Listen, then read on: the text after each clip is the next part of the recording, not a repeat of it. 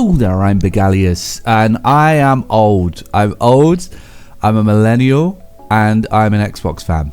Which means, yes, of course, I love Gears of War. I've loved Gears of War for a long time now. It's actually one of my favourite franchises.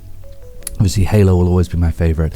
I think Mass Effect is probably my second favourite. But Gears of War, I love to death. And I'll always play every new entry, whether it's a new entry, a spin-off, remaster, a remake, a remaster of a remaster, whatever it is, I'll play it. I tried Gears Tactics, couldn't get into it. But yeah, I am a huge Gears of War head, and so I had to give this one a try.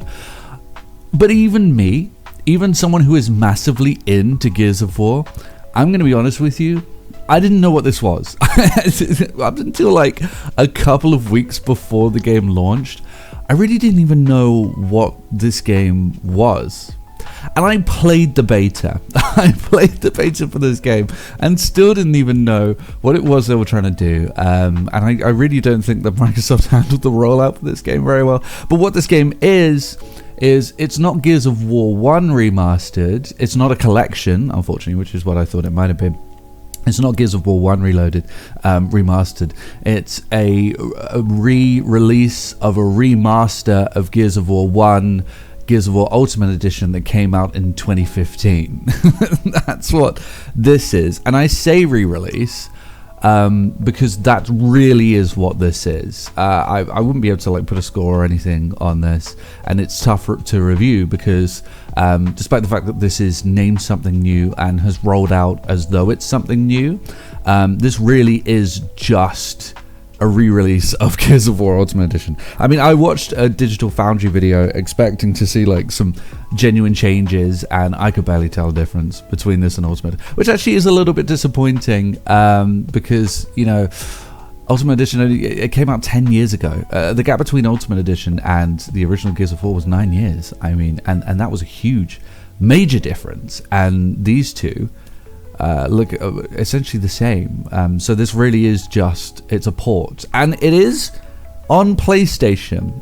I can't believe I'm saying this, but the new Gears of War game's on the PS5. Wow. In a good way. I think that's really cool.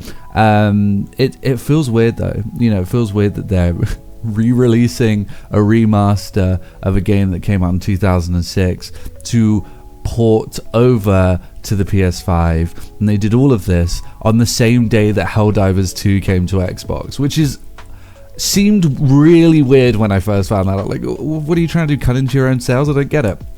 But I guess the whole thing is like, it's the handshake. It's like handshake day between Microsoft and Sony. Like, you have this one, we'll have this one.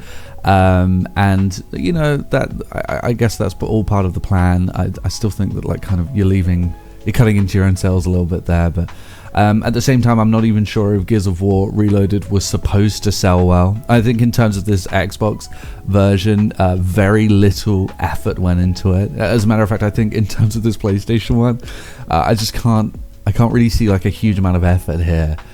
Maybe I'm wrong. Maybe I am wrong, but it really is a port, and it's a port of an amazing game, and I would say it's a port of a game that I would wholeheartedly recommend. I'm not saying that you shouldn't play this game.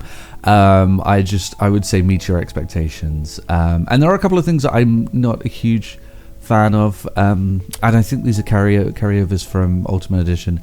But firstly, you know, obviously you are going to miss out on a bit of the grit, which obviously Gears of War relied on a lot. Now that does just make sense. I mean, if you're gonna, you know, upgrade the visual language of a game, you are gonna lose a lot of those like muddy colors and stuff like that in aid of brighter, more vibrant colors. That's just gonna happen. But I do think it detracts a little bit from like the badass feel of the game, and sometimes it leads to, you know, the cutscenes. As much as I love the story for Gears of War, and I do like the cutscenes, and they are great, they can feel a little bit weird, you know, kind of like a bit of a Halo CE anniversary syndrome. If you're expecting more like Halo 2 anniversary, unfortunately you've come to the wrong place. It can be a little bit weird at times, and the final cutscene just straight up looks really ugly. There's like this awful panning shot that just, yeah, the new engine just doesn't work with like the choice of landscape that they used in Gears of War 1. So but it's fine. Also little things like there used to be, it used to be that if you picked up a weapon and you got a little pick up weapon prompt, it was blue, and now it's black and white, and I just think that's boring. I don't know. Also, just all in all, the UI just doesn't do it for me like the original does. I don't know what to say, like the menus and stuff. But that's a lot of personal preference, to be honest with you. It's not objective stuff. And I would say that the game is tremendous. To talk about Gears of War 1 for a moment, although that should really be its own video. Gears of War 1 is a phenomenal game, and I will say it still stands up. I booted it on the day it came out, so I booted it on Tuesday, and I played it non-stop until Thursday and had it done. I mean, well, not non-stop, but I work. In a couple of days I had the campaign done because I just couldn't put it down. I was having such a fantastic time with the game. I've played so many times before. I knew all of the set pieces that were coming up, but I still had a fantastic time with this campaign. It is old school, and if you're not into like what a lot of people would consider to be kind of basic shooting gallery stuff nowadays, you may not be into it.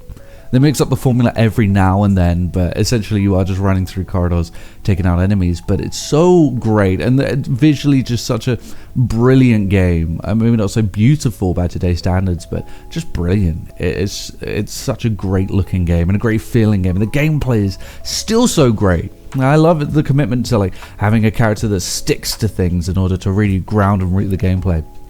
Really, it's just such an excellent campaign, and I would wholeheartedly recommend it to anyone who hasn't played it. And I think that's what it will come down to. Like, there's categories of whether I would recommend this game to you.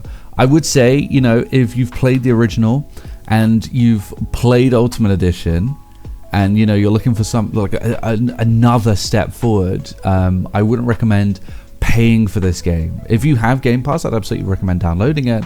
All of the achievements reset. This is a whole fresh set of achievements, so there's an excuse to play, and there is a multiplayer suite, so there's something to get into. But I wouldn't say, like, if you were looking for something new, I wouldn't recommend paying for it. If you're on PlayStation and you played the original Gears of War on Xbox, but you switched over to the PS4, as a lot of people did, and you didn't play Ultimate Edition, I would recommend buying it, maybe not at full price. This is a 2015 remaster, not a 2025 remaster, but it is a very good remaster regardless, and I think it's a great way to experience the game. If you haven't played Gears of War, you've never played Gears of War, and you're on PlayStation, I would 100% recommend this game. I would, again, probably at a reduced price. Again, this is not a 2025 remaster, so it's not going to have the quality of a lot of the games you're playing now. But you need to experience this game. It is, and maybe I'm just sounding like a boomer who's like still caught up on this old game, but I just love it, and I would absolutely recommend it. So I would say yes, if you haven't played Gears of War, you should give this one a shot. If you're on PlayStation. Particularly at a reduced price. Maybe full price might be a little too much. But anyway, those are my thoughts on the new Gears of War. Not really new Gears of War on this port. It's circumstantial as to whether I would recommend it, but I had an absolute blast with it regardless. I'm a huge Gears of War head. I'll see everyone later.